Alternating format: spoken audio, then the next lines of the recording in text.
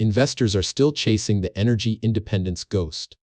But the physics of the vertical corridor tells a different story, a story of friction, wasted billions, and the final breath of a dying grid. Welcome to the graveyard of 20th century ambition. Look at the map of Eastern Europe today, April 23, 2026. You see lines, I see the Capex black hole. For decades, the Ukrainian gas transmission system and the Polish stretches of the Yaml were the iron arteries of a continent. Today, they are 38,000 kilometers of liabilities. The Russian transit contract didn't just end 16 months ago. It took the system's life support with it. The vertical corridor, the grand promise to pump LNG from the Mediterranean to the Ukrainian border, has hit the wall of triple-layer physics. Here is the truth. The brokers won't tell you. You cannot simply reverse a system designed to flow east to west without paying a thermodynamic tax that kills every cent of ROI. To push gas north against the natural gradient of this aging labyrinth, you need massive compression power. We are talking about 2026 electricity prices being burned just to fight the friction of rusting 50-year-old steel. The storage arbitrage dream. It's a financial suicide note. European traders who move their volumes into Western Ukrainian caverns are finding out that extractability is a function of pressure. With the transit pumps silent, the line pack is gone. The pressure is dropping. If you can't maintain the atmospheric floor, that gas isn't stored, it's trapped. Who is counting the money? The engineering contractors and the LNG exporters who sold you the dream of a reverse flow savior. Who is crying? Every pension fund and state budget still tied to the maintenance of these ghost pipes. This isn't an infrastructure project anymore. It's an autopsy. If you thought the reverse flow was a simple flick of a switch, you've been blinded by the marketing. In the real world of 2026, we are fighting a war against the vacuum, and the vacuum is winning. Let's strip away the geopolitical theater and look at the triple-layer physics of this disaster. The Ukrainian GTS was engineered as a high-pressure unidirectional superhighway. Think of it as a massive river designed to flow from the heights of Siberia down into the European plains. To keep gas moving, you need line pack, the internal pressure that keeps the pipe's structural integrity intact. Today, April 23, 2026, that pressure has vanished. When you stop the flow, you don't just stop the profit, you start the rot. Low pressure allows moisture and oxygen to infiltrate the seals. We are seeing a microbial corrosion epidemic. Bacteria are literally eating the interior steel of the Soyuz pipeline because the gas isn't moving fast enough to keep the system dry. To reverse flow gas from the Greek LNG terminals up to the Bilch-Velitsko storage, you aren't just moving molecules, you are fighting the massive internal friction of a system designed for the opposite direction. You have to overpressurize the entry points just to overcome the stagnant dead zones in the middle. This is where the Capex black hole swallows your capital. To reverse these flows, the GTS operator Jitsu and Poland's gas system have had to install reverse compressor skids. These aren't cheap. We're looking at a 40% increase in OPEX just to move the same 1,000 cubic meters of gas compared to the old east-west flow. In 2026, electricity costs for these compressors have spiked. Every molecule of LNG that reaches a Ukrainian storage cavern now carries a friction tax that makes it 15–20% more expensive than gas stored in Germany or the Netherlands. Investors, wake up. The vertical corridor is a subsidized pipe dream. Without the massive volumes of Russian transit to subsidize the base load pressure, the cost of maintaining this 38,000 kilometers labyrinth falls entirely on the local consumer and a few brave EU traders. When the maintenance debt finally exceeds the scrap value of the steel, which is happening right now, the system will simply be depressurized and abandoned. Your storage arbitrage play isn't a hedge, it's a bet on a collapsing lung. While the physics of the vacuum is quietly destroying the steel, a much louder war is breaking out over the remaining liquidity a cold-blooded game of survival. I call the capital cannibalism. Look at the board.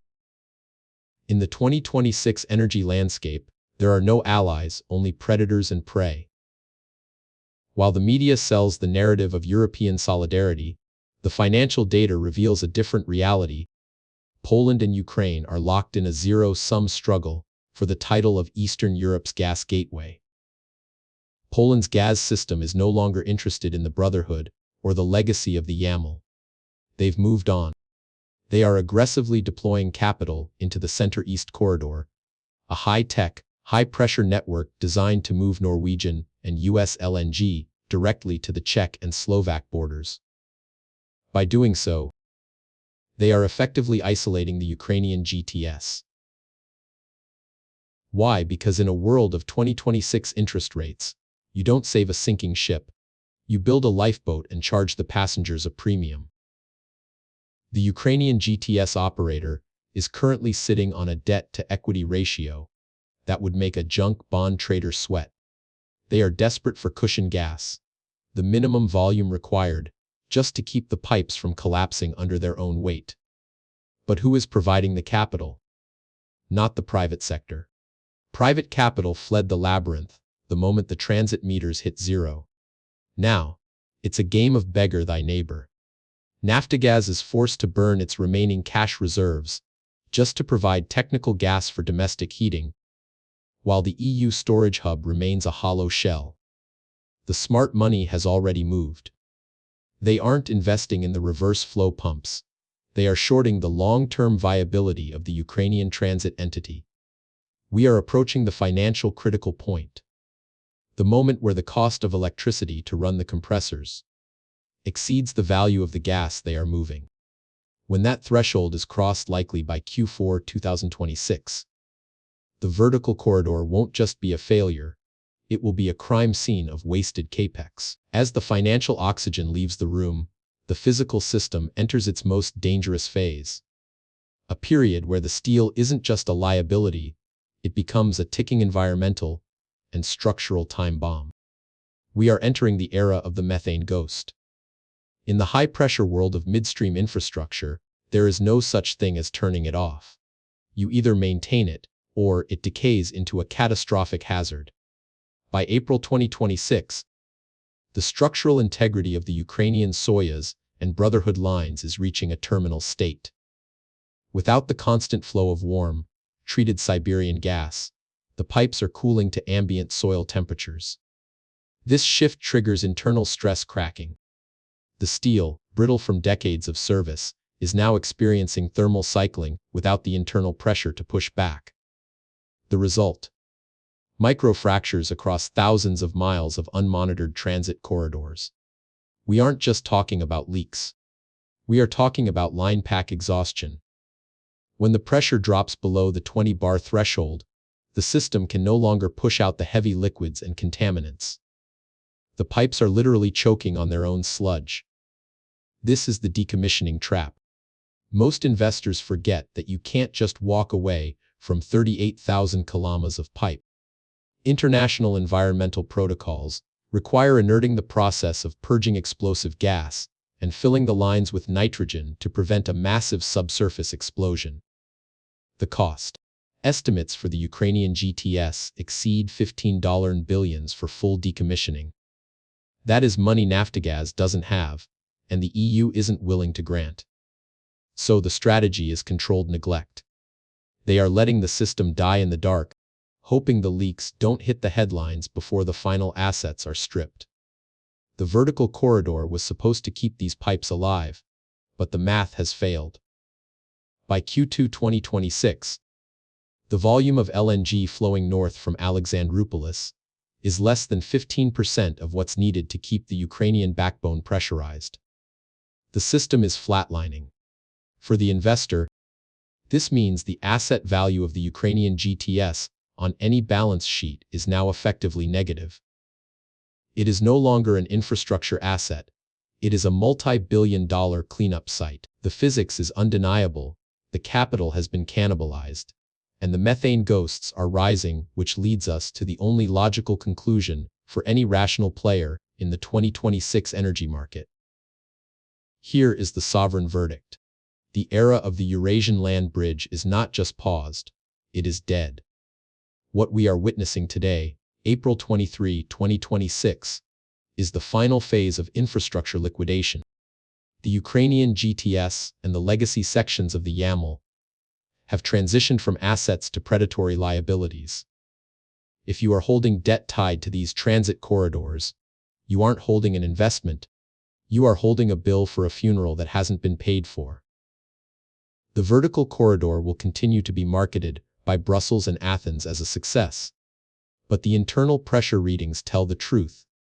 It is a high-cost, low-volume life support machine for a corpse one. Exit the labyrinth. Any valuation of East European midstream assets that doesn't account for a 100% decommissioning cost is a fraud too. Follow the friction.